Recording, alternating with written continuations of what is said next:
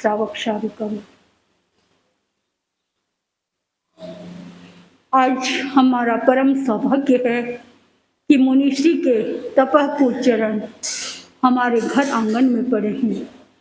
हमारे इस घर का एक एक कण आपके चरण रज से पवित्र हो रहा है। मुनिवर, आप परम तपस्वी हैं, प्रकृष्ट श्रमशील हैं। आपने टॉलीगंज के ही नहीं, पूरे कलकत्ता के लगभग सभी श्रावक श्राविकाओं के घर को संभालने की परिश्रम किया है। जो बीजारोपण आपने हमारे इस टॉलीगंज क्षेत्र में किया है वह और पल्लवित और पुष्पित होता रहे। आप उसकी सार संभाल करने के लिए यहाँ पुनः पधारे। मैं आपके प्रति हार्दिक कृतज्ञता ज्ञापित करती हूँ।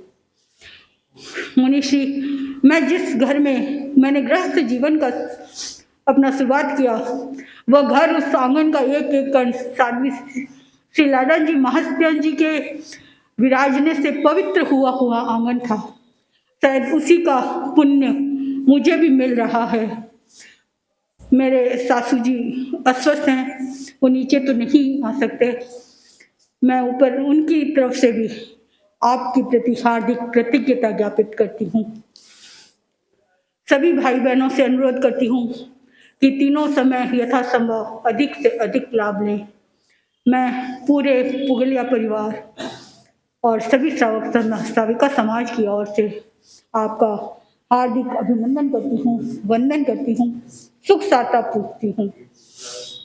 ओम अंतर्गत आज का विषय है मुक्ति अपने हाथ में है। मुक्ति अपने हाथ में। यस्य चित्तं निर्विषयं हृदयं यस्य शीतलं यस्य मित्रं जगत् सर्वं तस्य मुक्ति कर स्थिता। जैन दर्शन में 9 तत्वों का विशद विवेचन आता है। जीव, अजीव, पुण्य, पाप, आश्रव, संवर, निद्रा, बंध, मोक्ष। जिसमें चेतना है वह जीव है, जिसमें चेतना नहीं है वह अजीव है। शुभ कर्म पुद्गल पुण्य है, अशुभ कर्म पुद्गल पाप है। आश्रव कर्मों का आना, संवर कर्मों को रोकना, निद्रा कर्मों को तोड़ना, बंध कर्मों के साथ आत्मा का चिपक जाना, और मोक्ष है खाली हो जाना। बहुत सुंदर कहा गया है। मोक्ष क्या है? कर्म और आत्मा का अनादिकालीन संबंध है। इसके अलगाव का नाम ही मोक्ष है। आत्मा और कर्म अनादिकाल से है, दोनों अलग हो जाते हैं, उसका नाम क्या है? मोक्ष। आत्मा शुद्ध है, निर्मल है, पवित्र है। कर्मों का आवरण आया हुआ है, राग देश का आवरण आया हुआ है, जिसके कारण वह संसार में परिभ्रमण करती है। जिस दिन आत्मा कर्म दोनों अलग हो गए वही मोक्ष है। और आपका और हमारा सबका एक ही लक्ष्य है। चरम लक्ष्य क्या है? आत्मा के स्वरूप को प्राप्त होना। मुक्ति हमारे हाथ में, और किसी के हाथ में मुक्ति नहीं है। हमारे हाथ में मुक्ति है। बंधन भी हमारे हाथ में है और मुक्ति भी हमारे हाथ में है। आश्रव भव हेतु से संवरो मोक्ष कारण। आश्रव भव भ्रमण का कारण है और संवर मुक्ति का कारण है। तो यहाँ बताया गया है मुक्ति तुम्हारे हाथ में है। तो मुक्ति की प्राप्ति कैसे होती है? तो पहला सूत्र बताया गया है, जिसका चित्त विषयासक्त नहीं है, जो विषयों में डूबा हुआ नहीं है। जैन दर्शन में 25 बोल का विशद विवेचन आता है। उनमें 12वां जो बोल है, 5 इंद्रियों के 23 विषय और 240 विकार है। श्रोतेंद्री के 12, विकार है चक्षुरेंद्रिय के 60, घ्राणेंद्रिय के 12, रसनेंद्रिय के 60 और स्पर्श इंद्रिय के 96 96 विकार है।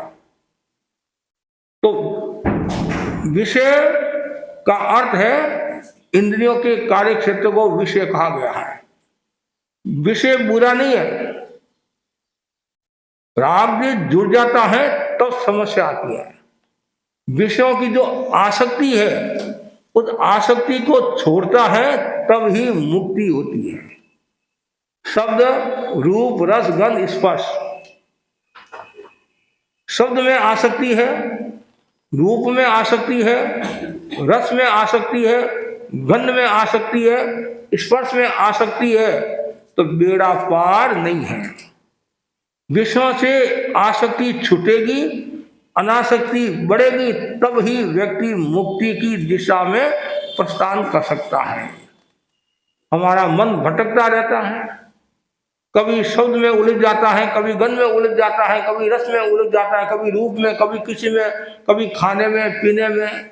कुछ लोगों का खाने में बहुत आकर्षण होता है, खाने में आसक्ति होती है। वो जानता है मेरा शरीर साथ नहीं दे रहा है, मेरे शुगर की बीमारी है, हार्ट की बीमारी है, वो है। जैसे वो माल देखता है और टूट पड़ता है। अब परिवार वाले भी कहते हैं मत खाओ तुम, तुम्हारे स्वास्थ्य के लिए अनुकूल नहीं है, कर्मों का बंधन तो हो रही है, शरीर भी खराब हो रहा है। लेकिन उसकी क्या धारणा है कि मनुष्य का जीवन बार बार नहीं मिलेगा और मनुष्य ही राज भोग, गुलाब जामुन, रसगुल्ला खा सकता है, देवता तो खा नहीं सकते हैं, नारकी के जीव खा नहीं सकते हैं, तो उदाई शरीर वाला ही खा सकता है उस रूप में। और मरना तो है ही महाराज, तो भूखा क्यों मरे, खा खा कर ही मरे नहीं। ठीक है 4 साल बाद में मरेंगे, 4 साल पहले मरे, और क्या इतनी सी बात है। 100 साल नहीं आए कोई बात नहीं, 90 में चले गए, घर वाले भी राजी नहीं, ऐसी बात है। यदि आपका वो चिंतन है, वो दृष्टिकोण है, तो आप संसार में परिभ्रमण करोगे, दुख भोगोगे, कष्ट भोगोगे और बार बार जन्म मरण और अनेक प्रकार की बीमारियों को निमंत्रण दे दोगे। पुंडरी का उदाहरण आपके सामने है। 1000 वर्ष की साधना करने वाला साधक विषयों की आसक्ति के कारण संसार में आया, 2.5 दिन संसार में रहा और मरकर 7वीं नारकी में गया। बोला 1000 वर्ष की साधना करने वाला, तो ये आसक्ति बड़ी खतरनाक है। केवल खाने की नहीं, पीने की नहीं, कभी कभी काम में भी इतनी आसक्ति होती है महाराज। देखो मैंने इसको पछाड़ दिया, मैंने ये कार्य कर दिया। वो काचरा का उदाहरण आता नहीं, काचरा का, राजा ने काचरा को छीला था नहीं, फिर बाद में खंडक मुनि बने, खंडक मुनि बने हैं, तो वो आसक्ति एक झटके में मैंने कांचे को छील लिया। छीलते तो आप ही हो, घर गृहस्थी हो, लेकिन उसमें उसके इतनी आसक्ति थी, इतनी तीव्र आसक्ति के कारण उनके कर्मों का उसमें बंधन हो गया। तो कर्मों का बंधन कब होता है पता नहीं चलता, कभी भी कर्मों का बंधन हो सकता है। इसलिए भगवान ने कहा है समयम गोयम माँ कमाए, हे गौतम तुम क्षण भर भी प्रमाद मत कर, कभी भी तुम्हारे आयुष्य का बंधन हो सकता है। इसलिए आसक्ति छोड़, अनासक्ति की चेतना का विकास कर। ये आसक्ति है, जा नहीं सकती है, कहते हैं आसक्ति है, जा नहीं सकती। अटैचमेंट, यदि आपका किसी के साथ में अटैचमेंट हो जाता है तो फिर उसे छुटकारा पाना मुश्किल है।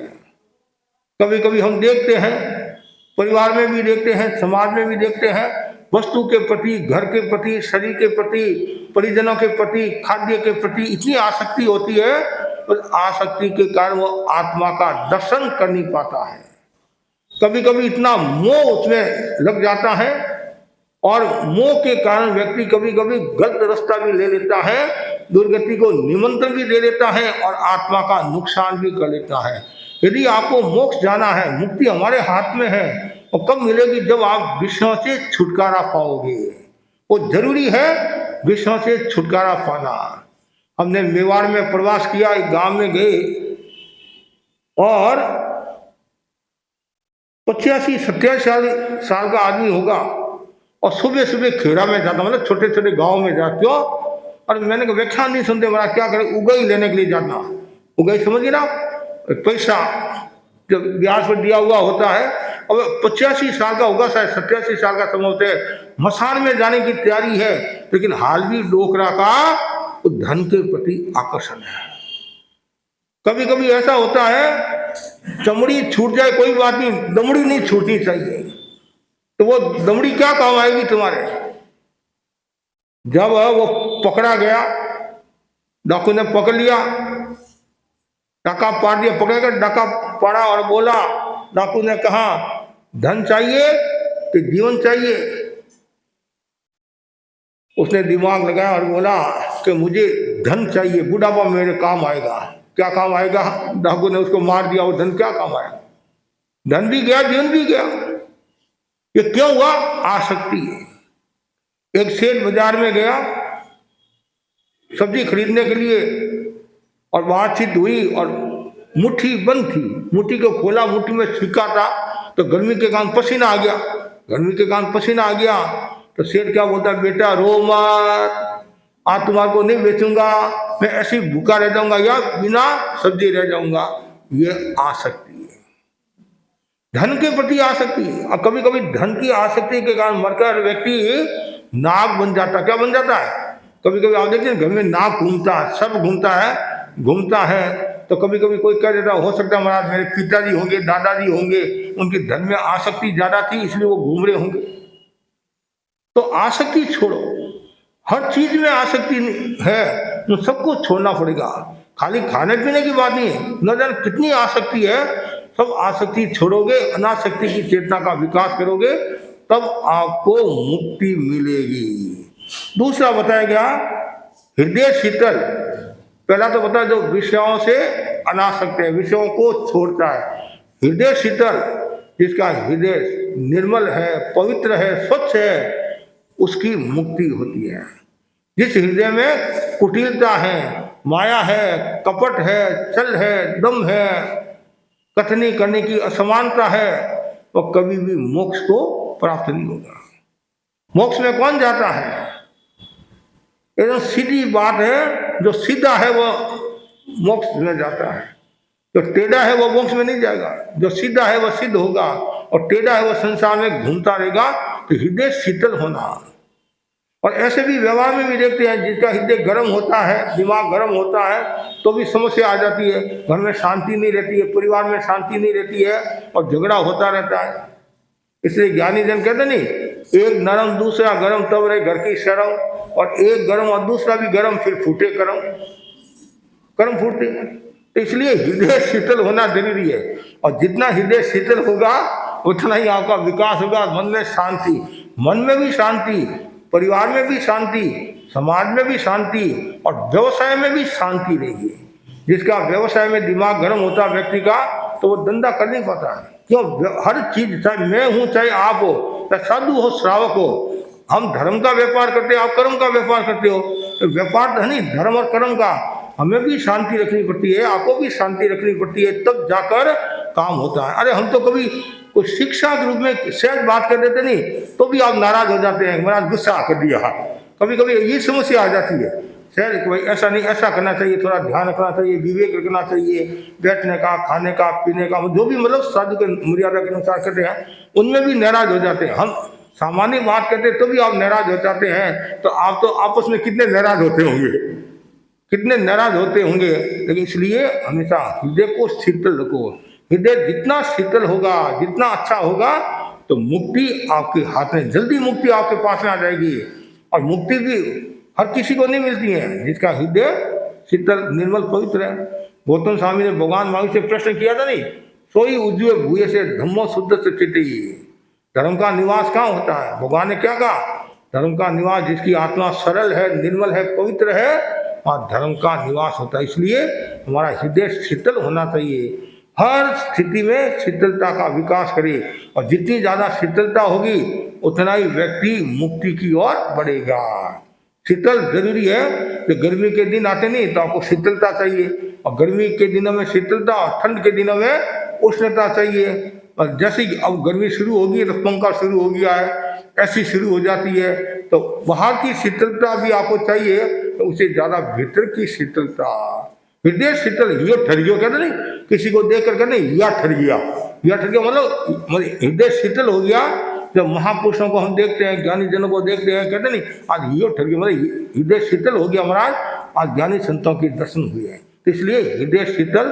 और तीसरा जो सूत्र बताया गया है, अरे हृदय शीतल से तात्पर्य ये भी कह सकते हैं हम, हर्ष शोक आदि से रहित। हृदय शीतल कब होगा?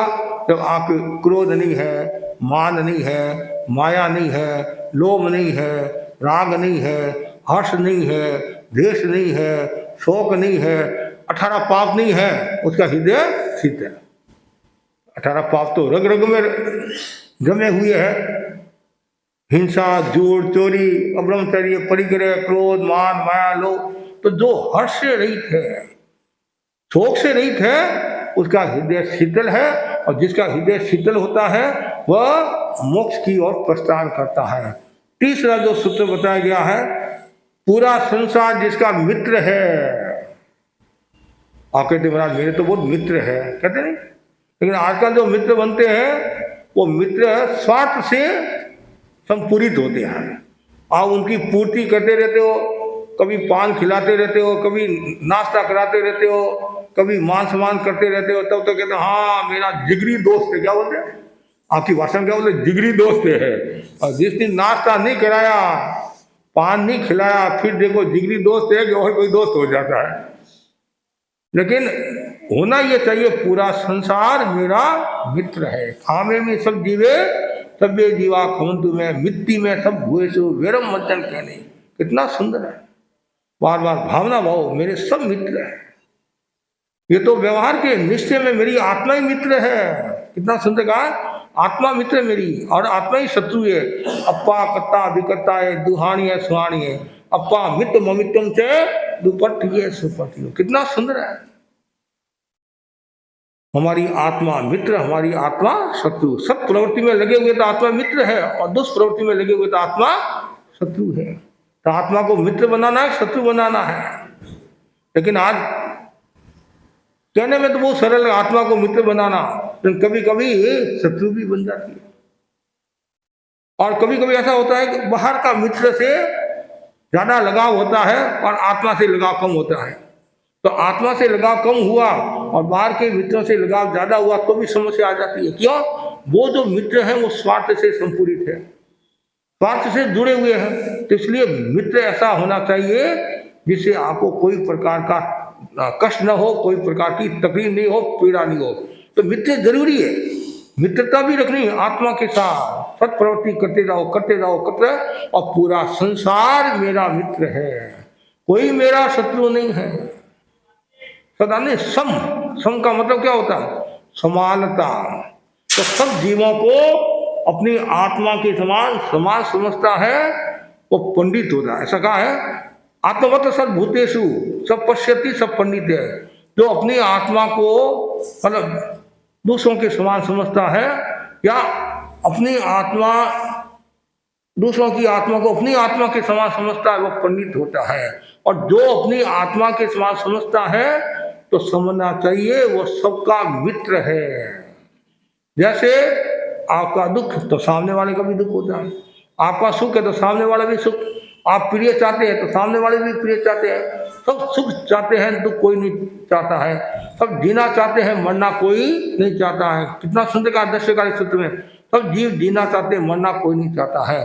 तो हमारा क्या अधिकार है हम दूसरों को मारे, दूसरों को तकलीफ दे, दूसरों को पीड़ा दे, दूसरों को कष्ट दे? देखो मेरा पूरा संसार मेरा मित्र है। बार बार भावना बांटे जाओ, भावना बांटे जाओ। किसी को शत्रु मानो ही मत। शत्रु मानोगे तो मित्र बनाना पड़ेगा, शत्रु मानो ही मत। मेरे तो सब मित्र ही मित्र है। पक्षी का है, अब का है, तेजस का है, वायु का है, वनस्पति का है, तस का है, ये सब जीवनी काय के प्रति संभाव रखना, किसी को तकलीफ नहीं देना, पीड़ा नहीं देना। कभी कभी क्या होता है, आप कोई फल सुधारते हैं या कोई काम करते हैं, फल सुधारते सुधारते भी कभी कभी शत्रुता का भाव आ जाता है, और बराबर नहीं छिल रहा है, बराबर नहीं हो रहा है, तो गुस्सा आ जाता है। कभी फल फ्रूट को फेंक देते हैं, कभी थाली को फेंक देते हैं, कभी रसोई के और कुछ कर देते हैं। गुस्सा आता है, पता नहीं चलता। वो क्या शत्रुता का ही भाव हुआ, एक तरह का शत्रुता का भाव हुआ। इसलिए हमेशा मन में मित्रता का भाव रखो। सब मेरे मित्र हैं, सब मेरे मित्र हैं, कोई मेरा शत्रु नहीं है, सब मेरे मित्र है। यदि ये भावना भाओगे तो मुक्ति आपके हाथ में है। और ये भावना नहीं भाओगे, द्वेष का भाव रखोगे, आदि रखोगे तो समस्या आ जाएगी। कभी कभी व्यक्ति जीवों के प्रति इतना द्वेष करता है, इतना तकलीफ देता है, और खुद तो दुखी होता ही है, कभी कभी परिवार को भी दुखी बना देता है, और फिर वो खुद इतना कष्ट भोगता है जिनकी हम कल्पना नहीं कर सकते हैं। दो भाई थे, और पुराने समय में बैलगाड़ियां ज्यादा होती थी, आज भी है, तो आजकल दूसरे साधन भी बहुत हो गए, स्कूटर, कार, मोटर, रेलगाड़ी, हवाई जहाज, और भी न जाने कितने साधन हो गए। तो पुराने समय में बैलगाड़ी से दो भाई जा रहे थे, जंगल पार करे थे। जंगल पार करे थे तो क्या होता है, छोटे भाई को प्यास लगी, पानी पीना है। बड़े भाई से कहा मुझे प्यास लगी है। तो बड़ा भाई बोला, गाड़ी को तुम बैलगाड़ी को धीरे धीरे चला, और मैं खोज करता हूँ, मुझे भी प्यास लगी, मैं भी पानी पीऊंगा और तुम्हारे को भी पानी पिलाऊंगा। पानी लेने के लिए गया, पानी मिल गया, पानी पिया, उसके लिए पानी लेकर आ रहा, और जिस रास्ते से बैलगाड़ी जा रही थी, रास्ते में बांडी, सर्फ की जाति होती ना अलग अलग, बांडी वो रास्ते में थी। जो बड़ा भाई था वो दयालु था, वो धार्मिक था, सबको अपनी आत्मा के समान समझता था, किसी को पीड़ा नहीं देता, किसी को कष्ट नहीं देता था। जैसे उसने उसको देखा और उसके मन में दया का भाव आया, कहीं ये मर नहीं जाए, भाई ने ध्यान नहीं दिया तो मर जाएगी। तत्काल भाई से कहा, भाई ध्यान रखना, बांडी है कहीं मर नहीं जाए, रास्ता पास में से ऐसे ले लेना। जैसे ही कहा, आया उसको गुस्सा, मेरे को कौन कहने वाला है, भाई है तो भाई है, मेरी इच्छा होगी वैसा मैं चलाऊंगा, मुझे कौन रोकने वाला है, इधर से जाऊं, इधर से जाऊं, इधर से जाऊं। और जैसी मांडी और नजदीक आई तो बड़े भाई ने इशारा किया, अरे मर जाएगी, मर जाएगी, मर जाएगी, साइड से ले ले, साइड से ले ले। वो किसकी सुनता। जैसे वो बांडी आई और पहिया ऊपर दिया और जोर से दिया, और प्रसन्नता के साथ, मजा आ गया, मजा आ गया। भाई बेचारा देखता रह गया।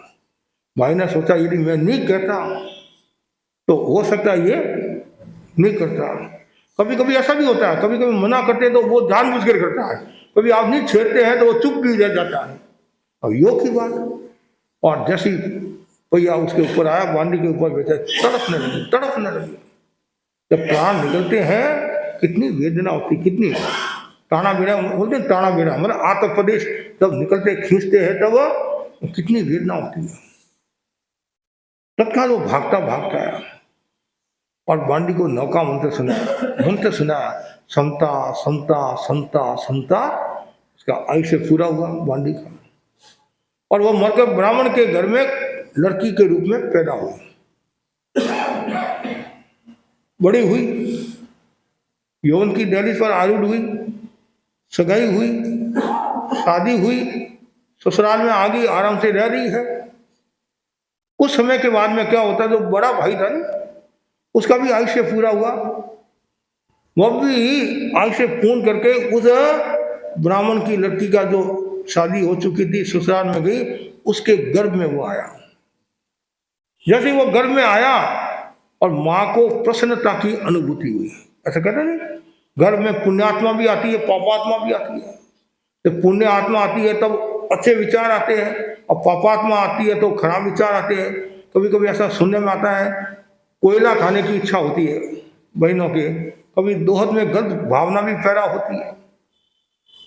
तो वो उसने अपने पति से कहा, कोई पुण्यात्मा मेरे गर्भ में आया है, और बहुत सावधानी रखती, खाने का, पीने का, बोलने का, चलने का।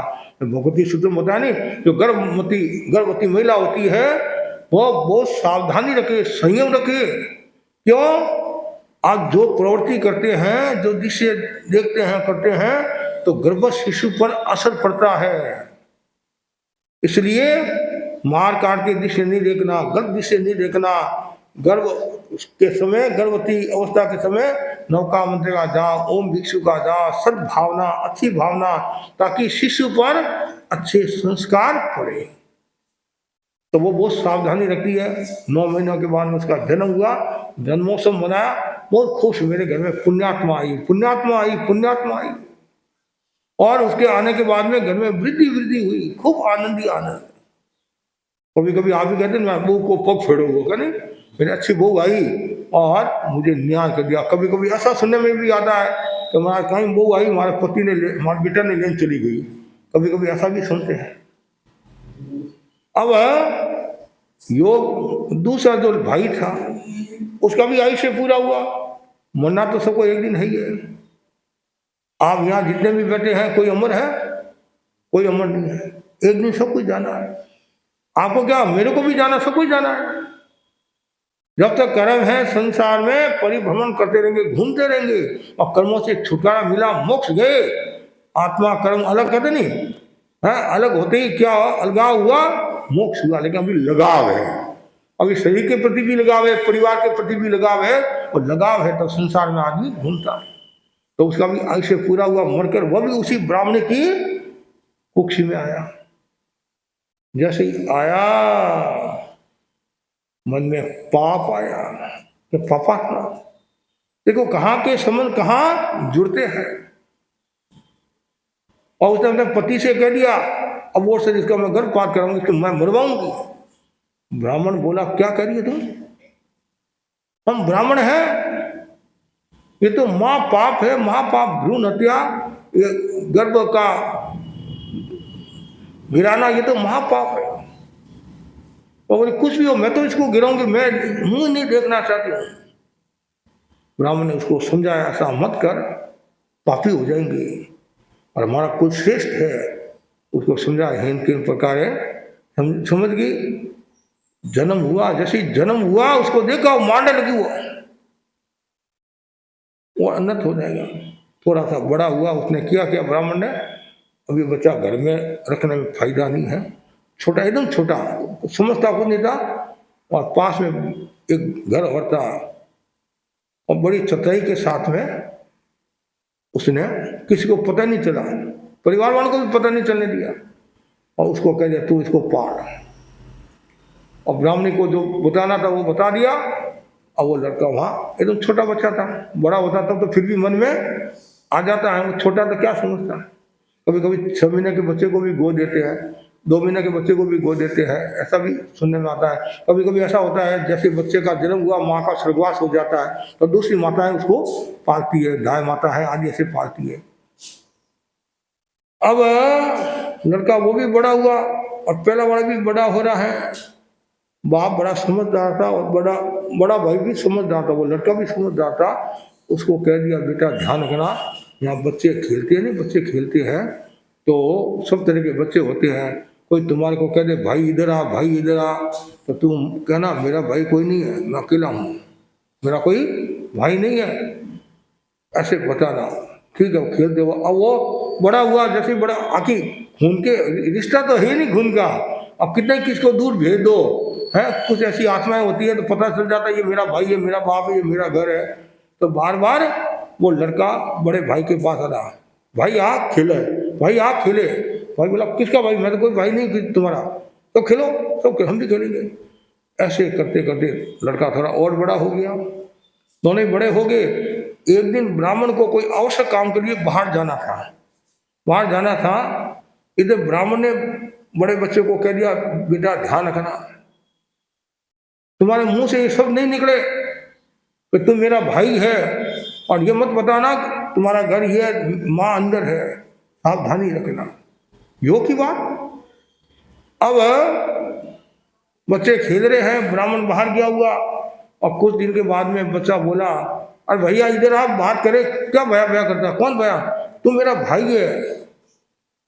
तो भी इसने ध्यान नहीं दिया, और योग ऐसा हुआ उसके मुंह से निकल गया भाई इधर आ, बड़े भाई के मुंह से निकल गया भाई इधर आ। जैसे भाई आया भले मिले तो भाई ने कहा, छोटे भाई ने कहा माँ कहाँ है, और उस समय उसको बोलना नहीं था, क्षमता रखनी थी, लेकिन योग की बात है। और कहा बेट भाई सामने जो घर है ये हमारे ही घर है, मम्मी अंदर है, काम करी, जा मिलकर आ जा।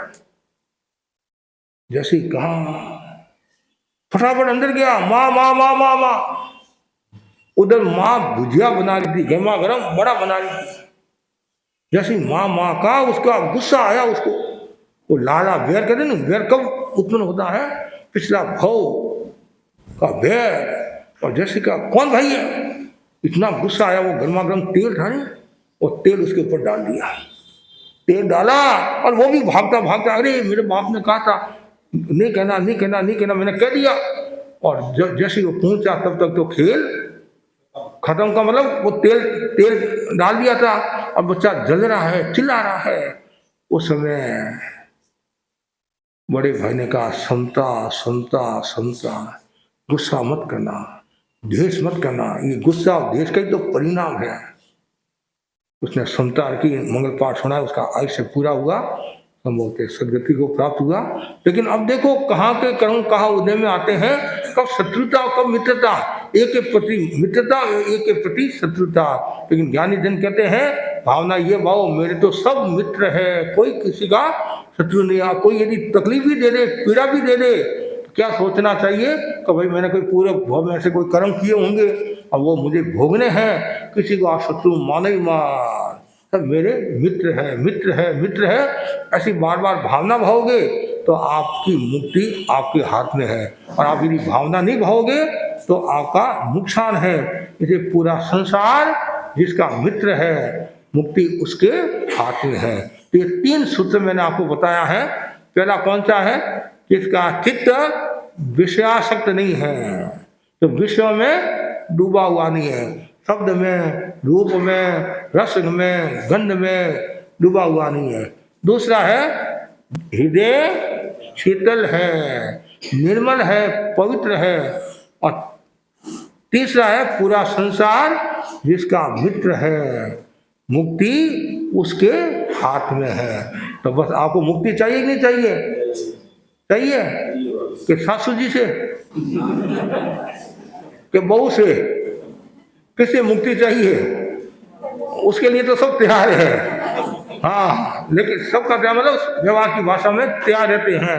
लेकिन मूल बात यह है कर्मों से मुक्ति। ये भावना भाव कर्मों से मुक्ति कब मिलेगी? कि जब आप अनासक्ति की साधना करोगे, निर्मलता, पवित्रता, हृदय शीतलता की साधना करोगे। और तीसरा क्या बताया मैंने? और सब मेरे मित्र हैं, कोई शत्रु नहीं है। तो मुक्ति अपने हाथ में है। तो इसलिए बार बार भावना भाव, और इनके अभ्यास के लिए क्या करना? सत्संगत करो। अब अनासक्ति की साधना कब होगी? निरंतर आप प्रवचन सुनोगे, सत्संगत करोगे, ध्यान करोगे, स्वाध्याय करोगे, अनुप्रेक्षा करोगे, तो धीरे धीरे क्या होगा? आपका चित्त निर्मल होगा, अनासक्ति का भाव लगेगा, और सब जीवों को अपनी आत्मा के समान समझोगे, और आपके भीतर कभी भी शत्रुता का भाव नहीं आएगा।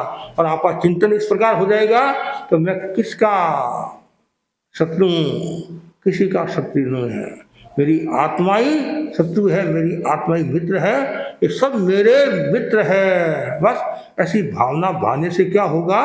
आपका विकास होगा। और यदि शत्रुता का भाव होगा तो द्वेष होगा, द्वेष होगा तो कर्मों का बंधन होगा, और वापिस संसार में परिभ्रमण करना पड़ेगा।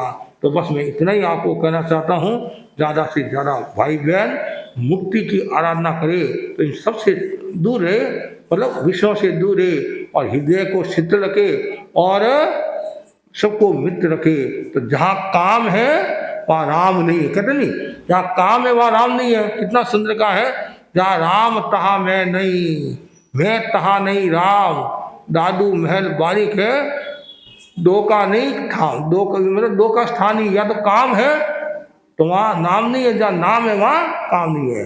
मतलब यहाँ प्रभु का नाम होगा तो वहाँ काम नहीं है, और प्रभु का नाम नहीं है तो वहाँ काम है, काम वासना आदि है। इसलिए हमें काम को छोड़ना है और प्रभु भजन में लीन रहना है, पंच परमेश्वरी में लीन रहना है, स्तुति में लीन रहना है। इससे आपका जीवन शुद्ध, निर्मल, पवित्र बनेगा और मुक्ति आपको प्राप्त होगी।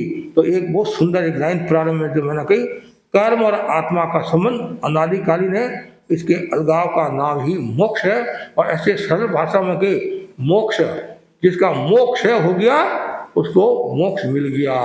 मोक्ष मनक्ष है, और मोक्ष कब होता है? 12वें गुणस्थान में होता है। और जो जीव 12वें गुणस्थान में आ गया तो पूर्ण मोक्षहीन हुआ, फिर तेल व गुण स्नान के प्रथम समय में 3 कर्म घाती कर्म से होंगे और केवल ज्ञान प्राप्त हो जाएगा। इसी आशा के साथ ओम और हम आज